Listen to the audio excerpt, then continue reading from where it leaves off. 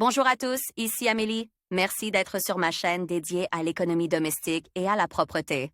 On va plonger directement dans le sujet, alors restez avec moi. Il existe 6 mythes célèbres sur l'alcool auxquels les gens croient, mais il y a aussi leur réfutation scientifique, qu'il est utile de connaître, ainsi que ceux qui boivent eux-mêmes et leurs proches. L'alcool réchauffe. On croit que par temps froid, les boissons alcoolisées peuvent réchauffer. Il s'agit d'une dangereuse demi-vérité. Après avoir absorbé une petite dose d'alcool, on n'a que l'illusion de la chaleur. Vous ne pouvez vous réchauffer de cette manière que si vous buvez une boisson alcoolisée au chaud. Boire dans le froid est dangereux, car dans la plupart des cas, on gèle après avoir bu. L'alcool éthylique dilate les vaisseaux sanguins pendant une courte période, puis commence à les rétrécir en raison de la décomposition de l'éthanol dans le corps. Boire dans le froid met la vie en danger, car la personne ne contrôle plus la situation et peut s'endormir dans le froid. Lire aussi fumer des cigarettes est nocif, tout le monde le sait. Mais fumer le narguilé est-il nocif? Et pourquoi? Les avis des médecins sont encore: l'alcool tue les cellules du cerveau. On pense que la consommation d'alcool entraîne la mort des neurones. Ce n'est pas le cas.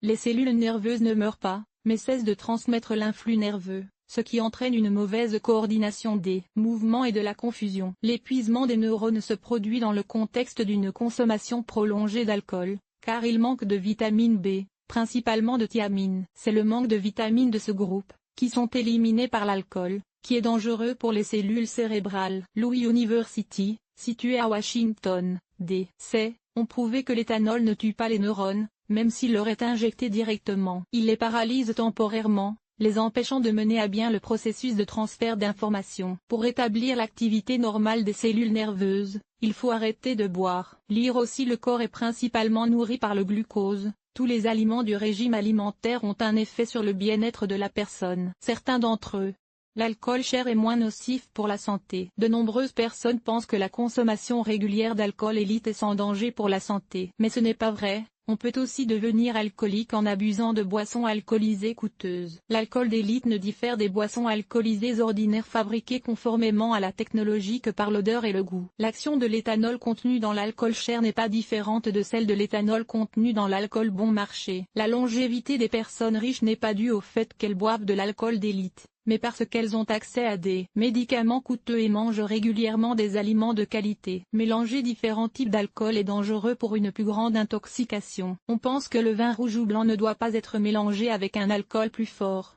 car l'ivresse est plus rapide. Des scientifiques américains ont réfuté ce mythe en citant les résultats de leurs recherches, publiés dans le New York Times. Le degré d'intoxication ne dépend pas de la composition de l'alcool, mais de la quantité bue et de la nourriture consommée lors de la consommation d'alcool. Dans certains cas, la nourriture peut ralentir la dégradation de l'alcool dans le sang, alors que dans d'autres, elle n'aura aucun effet sur le processus. En guise de référence, l'intoxication résulte de l'intoxication du corps par l'alcool, de sorte que le degré d'intoxication du corps dépend de la quantité d'alcool bu, et non des types d'alcool mélangés. L'alcool peut aider à soulager l'hypertension artérielle. Certaines personnes pensent qu'une petite quantité d'alcool aide à lutter contre l'hypertension artérielle. Ce n'est pas vrai, car les gens ordinaires ne prennent en compte que le premier effet de la consommation d'alcool chaud. L'alcool éthylique dilate d'abord les vaisseaux sanguins pendant une courte période, puis il y a un rétrécissement, contre lequel la contraction du cœur devient plus fréquente, ce qui ne peut qu'aggraver la situation d'une personne souffrant d'hypertension. Vous pouvez traiter la gueule de bois avec de la saumure, de l'alcool, du café fort ou du thé. Chaque buveur a sa propre recette pour restaurer l'organisme après une intoxication alcoolique, choisissant pour cela différents moyens de lutter contre la gueule de bois.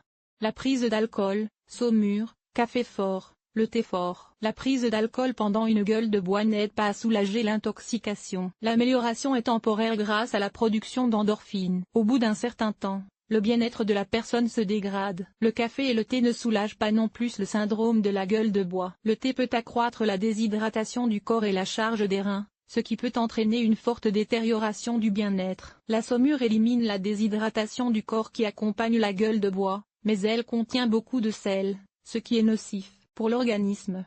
Il est donc préférable de la remplacer par de l'eau normale. Lire aussi l'importance du pancréas pour l'organisme n'est le plus souvent révélé qu'à l'occasion d'un traitement désagréable. L'alcool ne doit pas être mélangé à la caféine, car il peut mettre le cœur à rude épreuve. La caféine se trouve non seulement dans le café, mais aussi dans le thé. Il n'est donc pas permis de boire du thé noir ou vert chaud pendant une gueule de bois. Savoir ce qui est vrai et ce qui est un mythe vous aidera à éviter de vous faire du mal en buvant des boissons alcoolisées. Des données scientifiques expliquent les effets de l'alcool sur le corps humain. Il est bon que les informations présentées vous aident à refuser complètement de boire des boissons alcoolisées.